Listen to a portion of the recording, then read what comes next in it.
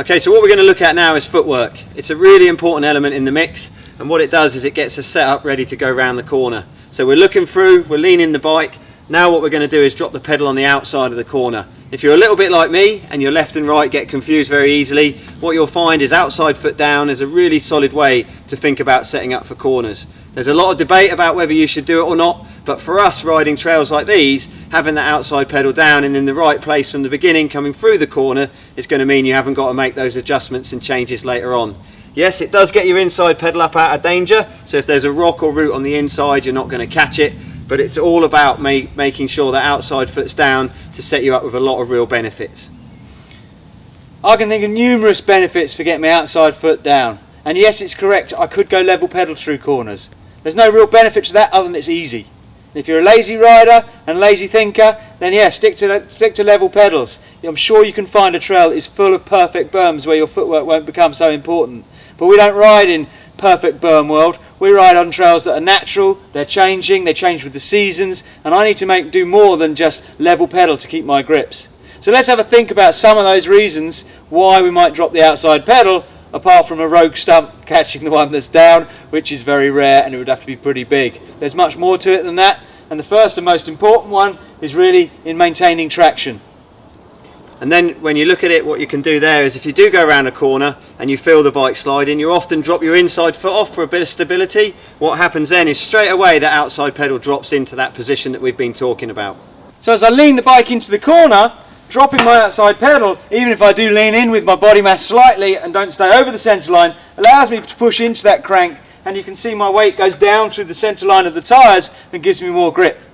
That's reason enough to drop your outside foot, but if you need another one, let's think about some more.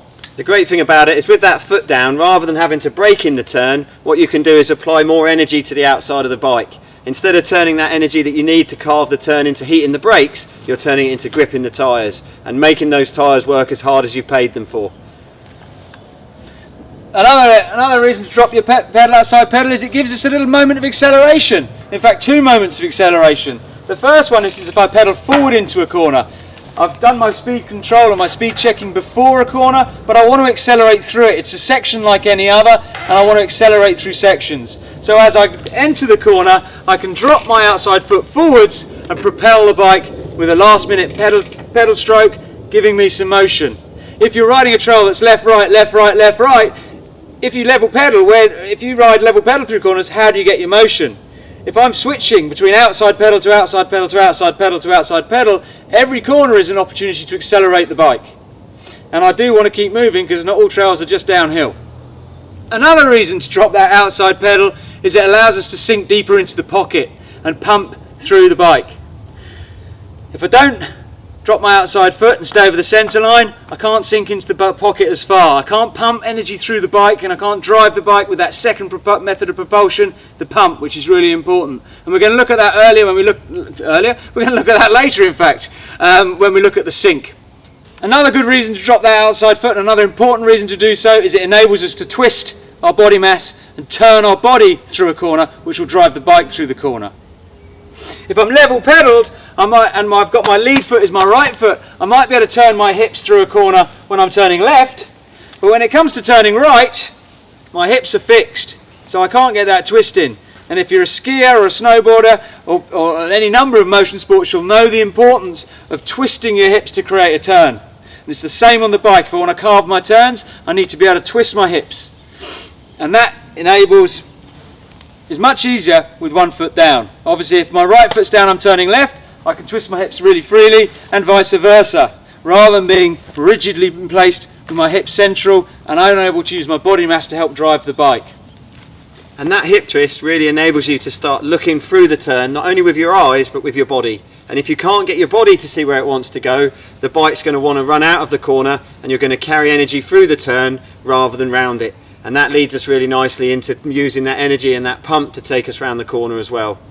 We'll talk about the pump in a little bit, we'll layer that bit in, but there are 4 or 5 reasons why dropping your outside foot's a good idea. There are more, which we'll probably think about in a minute, but for now, if you can come up with more reasons than me for keeping your feet level, other than it's easy, then maybe I'll change my mind. But if not, why not give our method a go and make sure you get that outside foot down.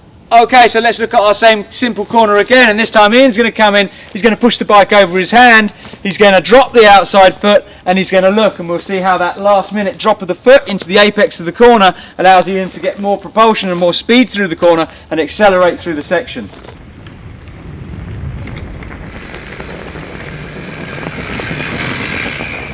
Okay, so one of the great things we can do when we've got our outside foot down and all those elements together is really start to look at how we manage the energy in the trail. We can really use the corners to pump round and carry more speed, and as Richard mentioned, we can use them to generate speed.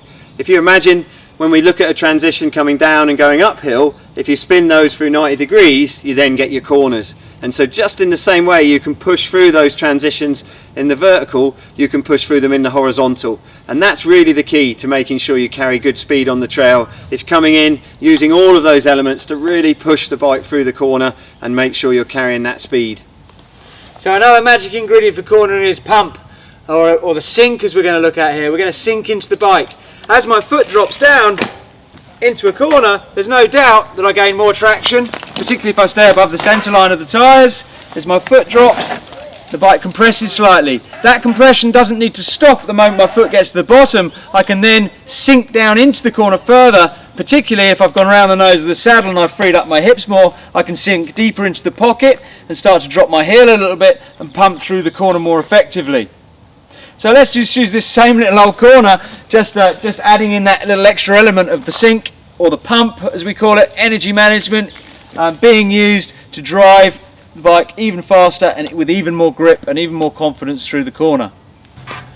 So for this element and this part of the recipe, we've had to blindfold and put the earphones on our cameraman so he doesn't hear. This bit's the secret, this bit's the magic. Don't tell everyone this because they'll all be catching you up on the trails. If you want some advantage, here's a bit of Warby magic that will prove to be gold when it comes to cornering. So we're going to look at Magic Foot. Magic Foot's all about using your foot on the pedal to drive the bike through the corner. The reason we call it magic is normally you'll see a foot on the pedal, it looks very flat and unanimated. What we're going to do is start to use the foot to drive the bike and to just get it into a slightly different position. And so what we're doing when we're sat on the bike with our outside foot down and our heel dropped is rolling that foot over onto the pad on the inside of the ball of the foot. What that does is that gives us more drive through the outside pedal, turns our knee into the frame and really maximises that corner, really drives the bike through. And what we're able to do there, if you look at any of the top riders, you'll see them really working that, and it just adds that little bit of extra spice and grip and magic to the hip twist and all the other elements we've looked at here today. The magic will actually drive your hips round more strongly, with more power, and deliver energy through the bike.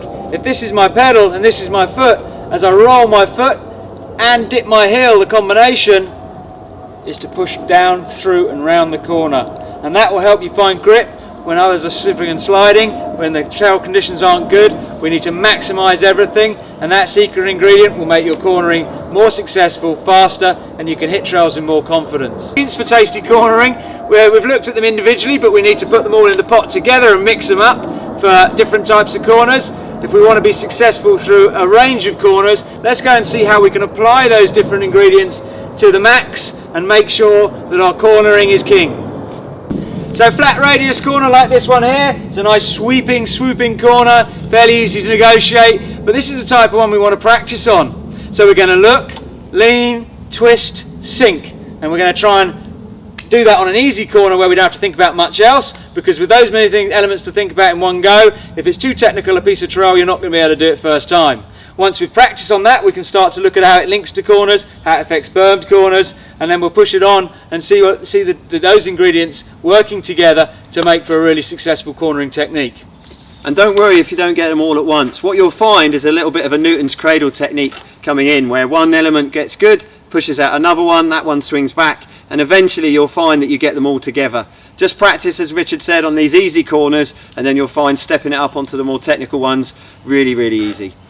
The more you add speed early, the less time you've got to deal with everything and think through everything. Until those actions are unconscious actions, you're going to need some thinking time. So maybe slow your corners down a bit, maybe use a bit of visualization to think of the shapes you want to be making on the bike and where you should be. Picture your favourite rider and how they're cornering in terms of their technique, and hold those images in your head a little bit and use that visualization to create success for yourself.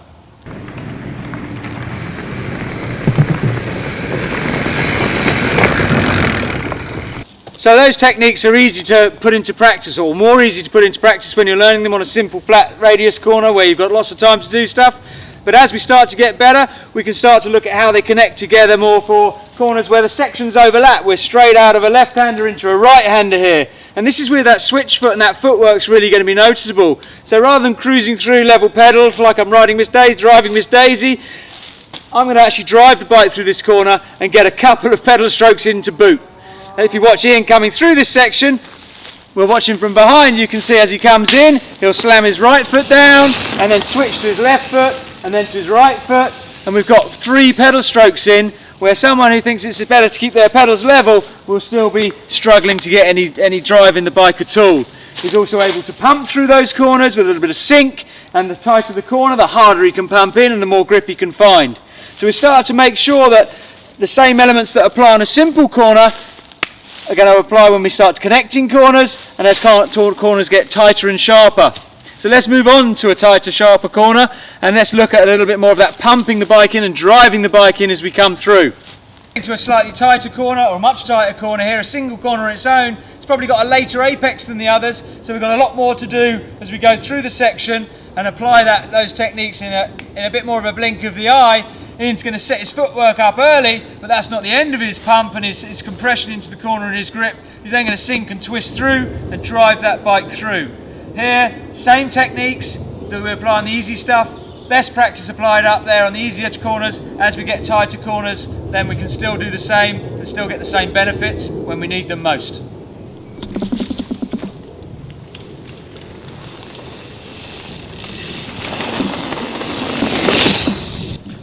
So we can see that although we might be able to get around this corner level pedal without doing too much, at a slower speed, as we increase the speed, the need for better grip, better traction and more hip twist, all those techniques combining with the footwork, the looking, the body position, the sink into the bike, the drive through the bike is going to get us around the corner with better grip and more success. So we looked at that flat radius, fairly basic corner, some interconnecting corners, a slightly sharper corner, and now everyone's favourite, the berm. And this is where a lot of people think that their technique doesn't need to be as strong, particularly in the footwork department, because the bike is less likely to slide away. But what we're going to see here is Ian using those combined elements enables him to use good energy management and drive the bike faster with more grip through the corner by good footwork. If the outside foot is down, it enables the hips to twist more freely, as we looked at, and more importantly, as I drop my weight onto the big toe pad and sink, you can see exactly what happens to my hips. So rather than dragging my body around a corner and flicking the bike round, we can start to sink and drive the bike through the corner. Heels and wrists dropping, knee twisting, rolling the weight onto that big toe pad and really gaining some drive through the corner. And if we watch Ian come through the corners, as he gets some speed, we'll see that the bike leans, he's looking through the corner not just with his head, but with his knee and his hip and his belly button, and getting that real drive through the corner that's going to make him rail that corner faster than the guys that let things go and let one of those elements slide.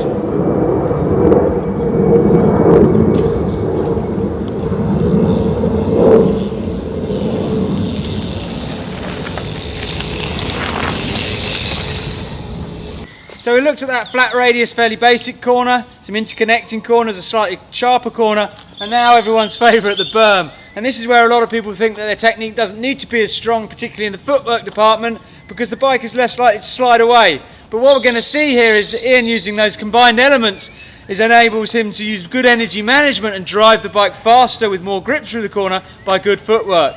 If the outside foot is down, it enables the hips to twist more freely, as we looked at, and more importantly, as I drop my weight onto the big toe pad and sink, you can see exactly what happens to my hips. So rather than dragging my body around a corner and flicking the bike round, we can start to sink and drive the bike through the corner.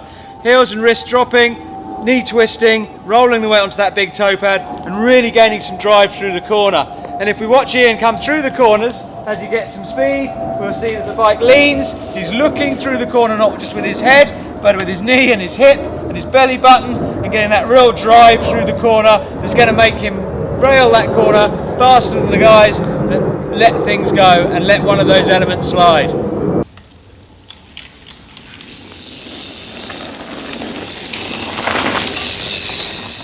So you can really hear those tyres working, and that added use of footwork and energy management, the pump, the magic foot, the looking, the body position, the lean of the bike, all dialing in together, layered in, smashing through the corner and getting more grip. So that's when it's all going well.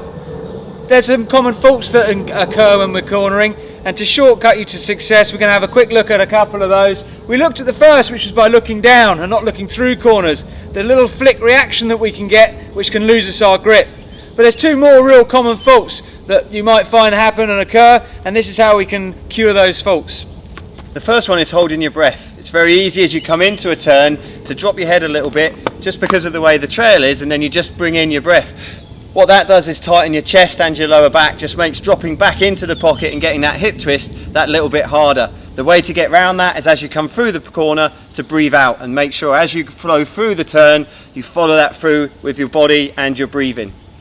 Breath control and holding your breath in sections is quite common when we're under some form of pressure or when our anxiety heightens, but it's not the only common fault in cornering, and perhaps the second one is even more common or more obvious and again easy to cure once we've identified it, and that is when we feel we're not going to get round a corner. And what we do then is we tend to try and pull the bars to make that turn a little bit tighter. We want to remember that pulling the bars is going to pull energy into us and unweight the front wheel and unbalance the bike. By pushing into the bars, what we're able to do then is to push the bike around the corner, bring in all the other ingredients we've looked at and make sure that we get round the corner smoothly rather than pulling a load of energy into our bodies and making the bike unweighted. So if we look at that in corner, the push to steer, not the pull to steer, you'll see the net effects of that. So what I'm doing when I'm pushing is I've got both wrists dropped and I'm pushing through the bars, and what I'll do is push slightly harder on the outside bar rather than going back to that pull on the inside. So that pushes me round the turn. If I pull, what it's going to do is jerk the bars and pull me slightly forward over the front of the bike. That could do any number of things to me, but the worst thing it's going to do is just make me feel a bit uneasy, whereas pushing to steer, I'm going to stay cornering with confidence.